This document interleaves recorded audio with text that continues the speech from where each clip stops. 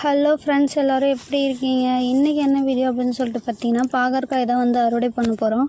1 week கழித்து வந்து பாகற்காய் அறுவடை பண்ணலாம் அப்படின்னு சொல்லிட்டு வந்து பார்த்தா நிறையவே வந்து பழுத்து கொட்டி இருந்துச்சு.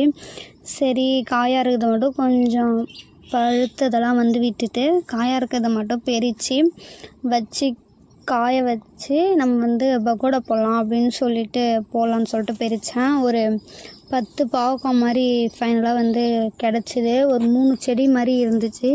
குட்டி குட்டிலாம் ஏன் அறுவடை பண்ணேன் அப்படின்னு சொல்லிட்டு பார்த்திங்கன்னா, அது வந்து பழுக்க ஆரம்பிச்சிச்சு. ஏன்னா வெயில் ஜாஸ்தியாக வந்து இருக்குது. அதனால் வந்து காயில் வந்து குட்டியாக இருக்கும் போதே வந்து பழுக்க ஆரம்பிச்சிடுது.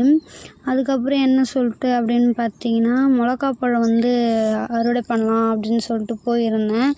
செடிலாம் பார்த்திங்கன்னா நிறைய பக்கத்தில் ஒரே புல்லு களைங்களாக வந்து இருந்துச்சு. அது எல்லாத்தையும் வந்து நாளைக்கு ஏதாவது செய்யணும்.